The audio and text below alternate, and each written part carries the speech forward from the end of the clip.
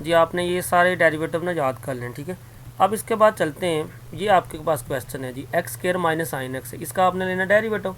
तो उसी तरीके से दरम्यान में माइनस है तो पहले डी दोनों पे डेरिवेटिव अलग अलग हो जाए, हो गया अलग अलग। अब आपने इसका अलग लेना डेरिवेटिव, एक्स स्क्वायर का डेरिवेटिव कितना होगा 2x, साइन एक्स का डेरिवेटिव आपने याद कर लेना, साइन एक्स का डेरिवेटिव कितना होता है कोस एक्स। तो ये आपका फाइनली आंसर आ गया, ठीक है। अब नेक्स्ट एक और मैंने एग्जांपल ली है। अब ये आपको नज़र आ रहा है इन दोनों फंक्शंस का डेरिवेटिव लेना है, एक आपके पास एक्स स्क्वायर है, एक है साइन एक्स। तो अब आपको देख के पता चल रहा है कि दोनों फंक्शंस क्या हो रहे हैं, मल्टीप्लाई हो रहे हैं। तो इट्स मीन के जब दो फंक्शन मल्टीप्लाई हो रहे हों तो इन पे क्या लगाते हैं हम लोग, प्रोडक्ट रूल लगाते हैं, ठीक है। तो प्रोडक्ट रूल क्या था कि पहला फंक्शन वैसे ही डेरिवेटिव दूसरे का, फिर प्लस लगा के जिसका डेरिवेटिव लिया वो वाला वैसे फिर डेरिवेटिव पहले का। तो इसको आप सोल्व कर लें, साइन एक्स का डेरिवेटिव हो गया कोस एक्स, एक्स स्क्वायर का डेरिवेटिव हो गया 2x।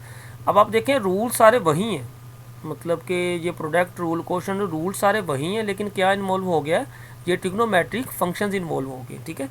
तो इसके लिए जस्ट आपने ट्रिग्नोमेट्रिक फंक्शंस के डेरिवेटिव याद कर लेने, बाकी कोई मसला ही नहीं होना।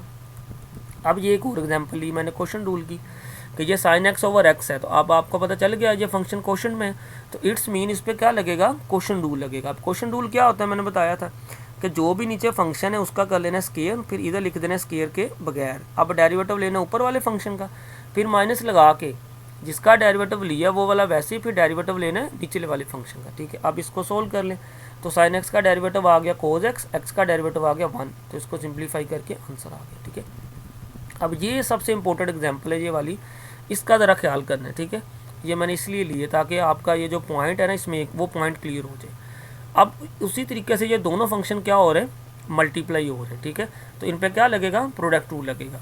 अब प्रोडक्ट रूल क्या होता है, लगा दें कि पहला फंक्शन वैसे ही डेरिवेटिव दूसरे का, फिर प्लस लगा के जिसका डेरिवेटिव लिया वो वाला वैसे ही फिर डेरिवेटिव लेना है पहले फंक्शन का। अब देखें सीकेंड एक्स का आपने पीछे फार्मूले याद कर लेने, ठीक है। सीकेंड एक्स का डेरिवेटिव होता है सीकेंड एक्स टैन एक्स। इधर एंगल में जो भी चीज़ आ जाए ना आपने इसको एक्स ही समझना अपने माइंड में, सपोज इमेजिन रखना है, ठीक है। तो अब ये सीकेंड एक्स है, तो सीकेंड एक्स का डेरिवेटिव हो गया सीकेंड एक्स और टैन एक्स, ठीक है। अब देखिए इधर ये क्वेश्चन करवाने का मेरा मकसद यही है कि इसमें ये पॉइंट क्लियर हो जाए, ठीक है। सीकेंड एक्स का डेरिवेटिव हो गया सीकेंड एक्स टैन एक्स, लेकिन इसमें आपने एंगल का भी डेरिवेटिव लेना होता है, ठीक है। पिछले केसेस में क्या था कि वो एंगल इनके साथ एक्स ही था, तो वो चूंकि एंगल का डेरिवेटिव 1 हो जाना था वो लिखने में नहीं आता, लेकिन इसमें एंगल इसका कितना है 4x है। तो इसका मतलब आपने फिर इस एंगल का भी डेरिवेटिव लेना है, जैसे इधर मैंने 4x का लिया हुआ है, तो 4 कांस्टेंट बाहर आ जाएगा, x का वेरिएबल है तो वो क्या आ जाएगा 1। तो इट्स मीन सारे को हल करके कितना आ गया 4 आ गया। अच्छा एक और इधर पॉइंट याद रखना है कि इस ट्रिग्नोमेट्रिक फंक्शन के एंगल के साथ इस 4 को कभी भी मल्टीप्लाई नहीं करना। किसी भी ट्रिग्नोमेट्रिक फंक्शन का जो एंगल होगा ना उसको आपने किसी भी टर्म से मल्टीप्लाई नहीं करना होता, वो गलत हो जाता है, क्योंकि ट्रिग्नोमेट्रिक फंक्शन की वैल्यू चेंज हो जाती है, ठीक है। इस 4 को आपने ऐसे शुरू में लिख देना, इसके साथ मल्टीप्लाई नहीं कर देना। इधर तक आपका सोल्व हो गया। ये टर्म में मैंने कॉमन लेके इसको सिंप्लीफाई कर दिया, जो ना भी करे तो कोई नहीं, ओके। अच्छा अब ये नेक्स्ट आता है जी डेरिवेटिव ऑफ एक्सपोनेंशियल फंक्शंस। अच्छा अब इसका ज़रा देखना है कि एक्सपोनेंशियल फंक्शन क्या होते हैं, ई वाले। अब ई असल में क्या है कि ई हमारे पास असल में होता है मैथमेटिकली कांस्टेंट, जैसे पाई नहीं होता मैथमेटिकली कांस्टेंट, पाई की वैल्यू होती है 3.14। इसी तरीके से ई भी हमारे पास होता है मैथमेटिकली कांस्टेंट, ई की वैल्यू होती है 2.71। अब एक्सपोनेंशियल फंक्शन हमारे पास होता क्या कि किसी भी कांस्टेंट की पावर अगर वेरिएबल हो उसको कहते हैं हम लोग एक्सपोनेंशियल फंक्शन। अच्छा अब आपने इसका डेरिवेटिव लेना कैसे, कि ई आपने इसको ऐसे ही अंडरस्टैंड करना है, ई नहीं पढ़ना, इसको आपने पढ़ना है कांस्टेंट, कि किसी भी कांस्टेंट की पावर अगर वेरिएबल आ जाए तो उसका डेरिवेटिव क्या होना, वही होना है।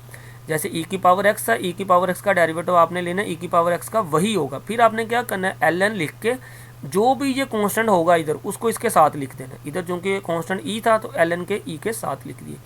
फिर आपने तीसरा काम क्या करना है, डेरिवेटिव लेना है इसके पावर का भी, ई वाले फंक्शन का, तो एक्स की पावर का भी इधर मैंने डेरिवेटिव लिया हुआ है। अच्छा अब होता क्या है, बच्चे याद इसको कैसे रखते हैं, बच्चे इसको याद ऐसे रख लेते हैं कि जी ई की पावर एक्स का डेरिवेटिव ई की पावर एक्स ही होता है, ना ये पॉइंट याद रखते ना ये वाला पॉइंट याद। क्यों, क्योंकि होता क्या कि लोग ई होता है 1 तो ये भी हो जाता है 1, तो वो काम तो चल जाता है, लेकिन ये पॉइंट दोनों मिस कर जाते हैं, फिर वो जाके वो फंस जाते हैं। जैसे मैंने एक और एग्जांपल दी है, देखें ये ए की पावर एक्स है, तो ए आपका कांस्टेंट है, कांस्टेंट की पावर वेरिएबल आ जाए तो उसका डेरिवेटिव क्या होगा, वही होगा ए की पावर एक्स ही। फिर मैंने कहा था एल एन लिख के जो भी ये कांस्टेंट होगा ये एल एन के साथ लगा देना, देखिए लगा दिया। फिर डेरिवेटिव लेना आपने इसकी पावर का, तो ये होगी। अब मैंने एक और एग्जांपल ली है ताकि आपका ये पॉइंट अच्छे से क्लियर हो जाए। अब ये मैंने लिखा 5 की पावर 2x है।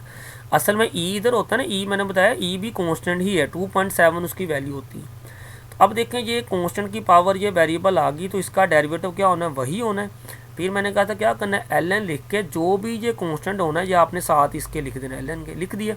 फिर मैंने कहा था कि डेरिवेटिव लेना आपने जो भी इस कांस्टेंट की ये पावर होनी है। देखो 2x पावर थी, इसका डेरिवेटिव भी लेना है, तो इसका डेरिवेटिव 2 आ गया, ये आपका फाइनली आंसर आ गया। ठीक है, फिर मैंने एक और एग्जांपल ली हुई है, ये फंक्शन ले लिया e की पावर x mod -1 है। उसी तरीके से कि कांस्टेंट की पावर वेरिएबल हो तो उसका डेरिवेटिव क्या आता है, ये वही आएगा। फिर आपने डेरिवेटिव लेना है इसकी पावर का भी। ठीक है, अब ये पावर का फिर log e ln लिख के जो भी ये कांस्टेंट होगा वो साथ लिखना है, ये लिख दिया, ये log e तो हो जाएगा 1। अब आपने जस्ट इस स्टेप को हल करना है कि डेरिवेटिव लेना है, एक्स अंडर रूट का अलग अलग कर देना अप्लाई, 1 पे अप्लाई होगा 0 हो जाएगा, सिर्फ एक्स अंडर रूट वाला हल होगा। तो एक्स अंडर रूट को हम लोग लिख सकते हैं 1/2। तो पहले आपने एक्स अंडर रूट को लिख लेना एक्स की पावर 1/2, फिर आपने पावर रूल लगा देना कि 1/2 शुरू में, 1/2 में से एक कम। तो इसको सोल्व किया 1/2 -1 वो कितना आ गया -1/2। तो एक्स की पावर -1/2 नीचे जाके क्या हो जाना एक्स की पावर 1/2, और उसको हम एक्स अंडर रूट लिख सकते हैं। ठीक है, अच्छा नेक्स्ट है जी डेरिवेटिव ऑफ लोगारिथम फंक्शन। अब इसको भी आपने कैसे याद रखना है, लोगारिथम वाले फंक्शन का डेरिवेटिव असल में होता है log x का डेरिवेटिव कितना होता है 1/x। फिर इसका भी आपने याद ऐसे रखना है कि लोगारिथम के साथ जो भी एंगल होगा ना उस एंगल का भी डेरिवेटिव लेना है, सही है, क्योंकि इस केस में भी ये चीज़ 1 हो जाती है लेकिन लोग इसको हिडन कर जाते हैं। ठीक है, फिर क्वेश्चन में जाके मसला बनता है। अब देखें ये मैंने एक एग्जाम्पल लिया, इसमें लोगारिथम और ई दोनों आ जाते हैं, आपके सारे पॉइंट्स क्लियर हो जाए। अब ये भी आपने ऐसे ही याद रखना है, ये लोग हैं, लोग के साथ इधर जो भी चीज़ होगी इस सारी को आपने क्या समझना, x ही समझना। ठीक है, तो डेरिवेटिव हमने अभी ऊपर पढ़ा कि log x का डेरिवेटिव क्या होता है 1/x।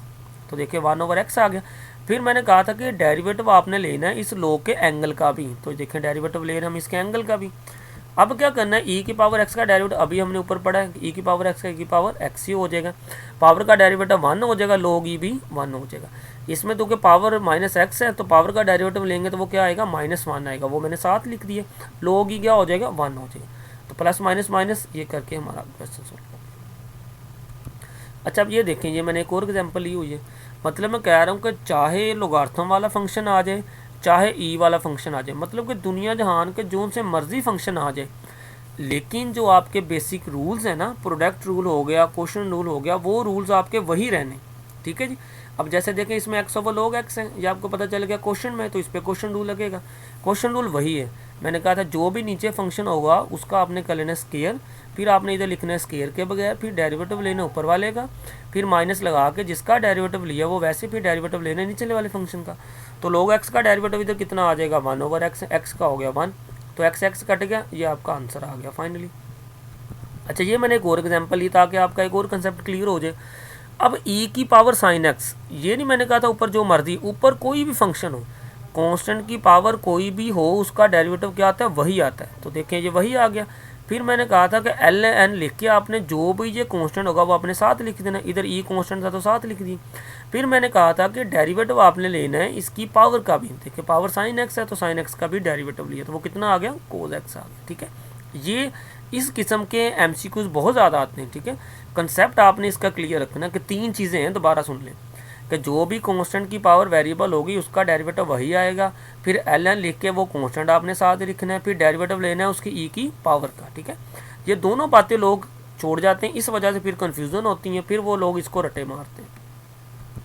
अच्छा ये मैंने कुछ क्वेश्चंस आपकी प्रैक्टिस के लिए दिए हुए हैं, आपने इनकी प्रैक्टिस करनी है, इनको सॉल्व करना है। ठीक है, अच्छा नेक्स्ट असल में एक आपको ट्रिक बतानी थी, ट्रिक ये मैंने लिखा हुआ क्या, trick for under root functions, कि कोई भी अंडर रूट के अंदर फंक्शन आ जाए तो आपने उसका डेरिवेटिव कैसा लेना बाय ट्रिक।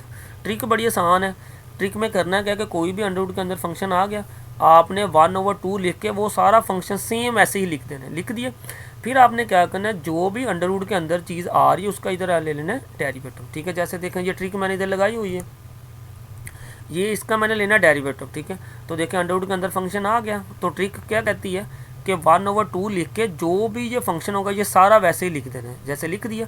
अब अंडर रूट के अंदर क्या आ रहा है x² + 1 है, तो इसका इधर मैंने अलग से डेरिवेटिव ले लिया। अब एक्स स्केयर प्लस 1 का डेरिवेटिव एक्स स्केयर का आ जाएगा 2x1 का आ जाएगा 0। तो देखिए ये 2 से 2 कट गया, ये आपका फाइनली आंसर आ गया। देखिए एक स्टेप में ही, 2 स्टेप में ये आपका आंसर आ जाता है। लेकिन अगर इसकी बजाय आप इसको ऐसे भी कर सकते हैं, ये मैंने साइड पे भी किया हुआ है कि अंडरवुड को आप लिख सकते हैं 1/2, तो 1/2 लिख लिया। अब पावर रूल इस पर लग जाएगा कि 1/2 पावर, शुरू में पावर में से एक कम, फिर जिसकी पावर कम की है इस सारे की पावर कम करें, इसका फिर डेरिवेटिव ले लें, ठीक है। तो वो देखिए 2x आ गया, 2 से 2 कट गया, -1/2 इसको सोल्व करके आ गया, तो ये नीचे जाके 1/2 बन गया जी। अब देखिए आंसर सेम है, ये वाला भी आंसर सेम है, ये वाला भी आंसर सेम है, लेकिन ट्रिक लगाएंगे तो ट्रिक से काम जल्दी हो जाएगा, काम होगा भी छोटा, क्योंकि आपको आने MCQs। तो MCQs के लिए सबसे आसान तरीका क्या है, ये ट्रिक यूज़ करें ये वाली, ठीक है। ये भी ठीक है लेकिन ये थोड़ा सा लेंथी होगा। अब इसकी मैंने कुछ और एग्जांपल्स भी ली हैं, ये भी एक एग्जांपल ही हो। देखें मैं कह रहा हूँ कि अंडरवुड के अंदर दुनिया जहान का जो सा मर्जी फंक्शन आ जाए, तो देखें इसका डेरिवेटिव लेना, ये आपको फ़र्ज़ कर MCQs आ गया। अब चूँकि आपको पता है MCQs में तो इतना टाइम नहीं होता, तो आपने क्या करना है ट्रिक के लिए कि 1/2 लिख के, देखिए 1/2 लिख लें, फिर ये जो भी ये सारा फंक्शन ये सारा सेम ऐसे लिख देना है, लिख दिया। फिर मैंने आपको कहा था कि जो भी अंडरवुड के अंदर आ रहा है उसका ऐसे अलग से डेरिवेटिव लेना है, तो देखिए ये अलग से डेरिवेटिव ले लिया। तो 2x स्क्वायर है तो इसका आ गया जी 4x, 1 का हो गया 0, तो ये कट गया। ये देखें ट्रिक की मदद से 1 सेकंड के अंदर ये आपका ये वाला आंसर आ गया, ठीक है। अब ये भी इधर मैंने ये ट्रिक यूज़ की ये वाले फंक्शन पे भी, देखिए 1/2 लगा के ये सारा वैसे का वैसे ही। अब जो अंडरवुड के अंदर आ रहा है उसका भी आपने इधर डेरिवेटिव लेना, तो ये आपका आंसर आ गया, ठीक है जी। तो ये हमारे डेरिवेटिव के तक रूल्स हैं, क्लियर हो गए, ठीक है। आपने इनको देखना है, अंडरस्टैंड करना है।